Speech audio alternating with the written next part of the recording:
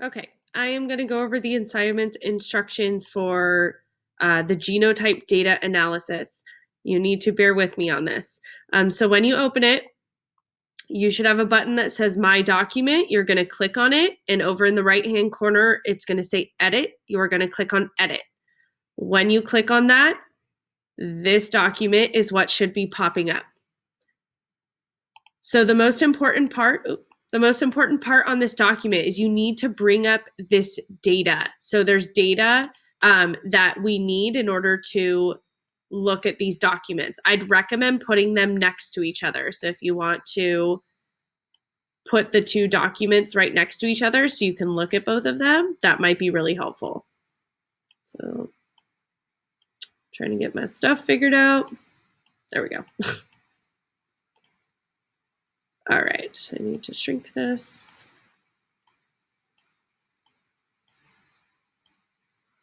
There we go.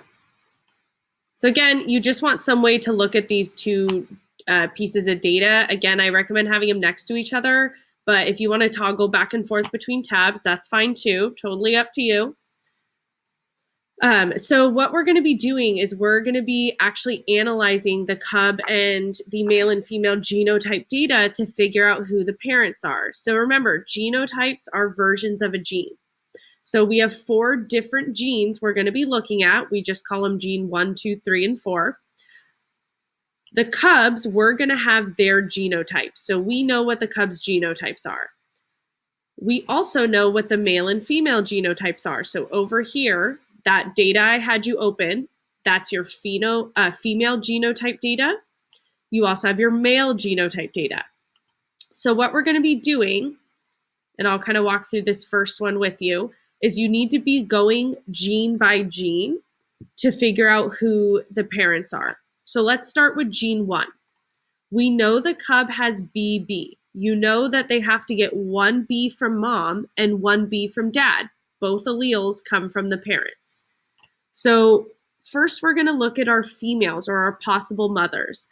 So if the cub has BB, that means the mom has to have at least 1 B. She does not have to have 2 because the other B came from dad. So we need to look at gene 1 for our females and look at who has a B to give the cub. 628, there's 1 B, so she could give a B. So we would come over here and we would type a B here because she could give a B. If we look back over here, female 630 for gene 1, she has 2 Bs, so she also could have given a B. So we're going to put a B here. Now 687 only has C. That means she automatically cannot be the mother of cub 711 because she has to be able to give at least 1 allele. So we can just X her out completely. So she cannot be the mother even if other alleles for different genes match. Okay, so now we're going to move on to gene 2. The cub has MO. So for gene 2, for our females, we're going to look at who has an M or an O to give. We don't know which one came from mom and which one came from dad. So 628, she has an M to give. So we're going to come back here and we're going to type an M as a possible allele. Same thing with 630. She had an M to give, so we would put an M here for her. So both 628 and 630 could potentially be the mom. We do not know yet. Now we're going to move on to gene 3. The cub has ST. So we need to look at gene 3 for the females. And if either of them have an S or a T to give, they could still be the mom. So 628 has an S. So we'd put an S here. 630 has an S. So we'd put an S here. So again, both of them still could be the mom because they all have at least 1 allele to give. Now the last gene, the cub has EH. So the mom needs to be able to give an E or an H to the cub. If we look at 628, she doesn't have an E or an H to give. So we're going to put an X here. She cannot be the mother. If we look at 630, she has an E and an H to give. Now, because we don't know which one she gave, we actually need to put both options. We don't know which one she gave to the cub. So EH. So we know that 630 is our mother. So right here, we would type the mother is 630. We know what alleles she gave to the cub, except for the last one. She could have given either or. Now we're going to move on to our dads. So you want to fill out this father must have section first. It'll really help you be able to find who the dad is quickly. So again, we want to look at the cub. The cub has BB. We know 630 gave a B. So we know the dad has to give the other B. All right, for gene 2, the cub has MO. We know that mom only had an M to give, which means the dad has to give the O. So he would give an O. For gene 3, the cub has ST. We know that 630, the mom, only had an S to give, which means the dad would have had to have given the T. Now for gene 4, again, the mom could have given an E or an H. We don't know which one yet. So that means we also don't know which one the dad gave. So we're going to put both options.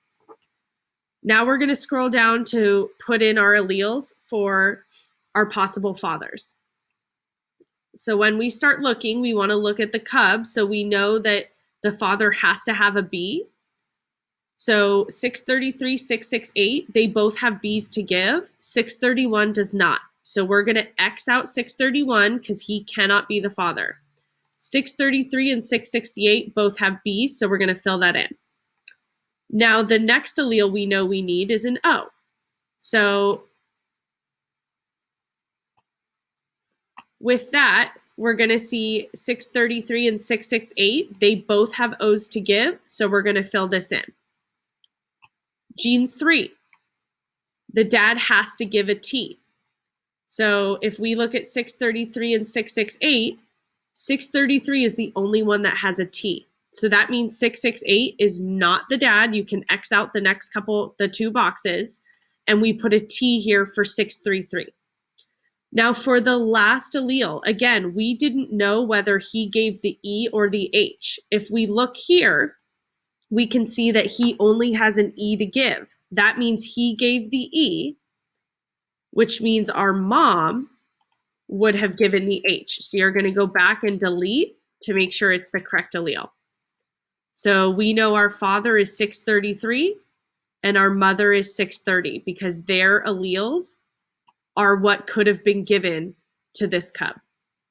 So hopefully this isn't too confusing. If it is, please sign up for office hours so that we can go over this one-on-one, right? Good luck.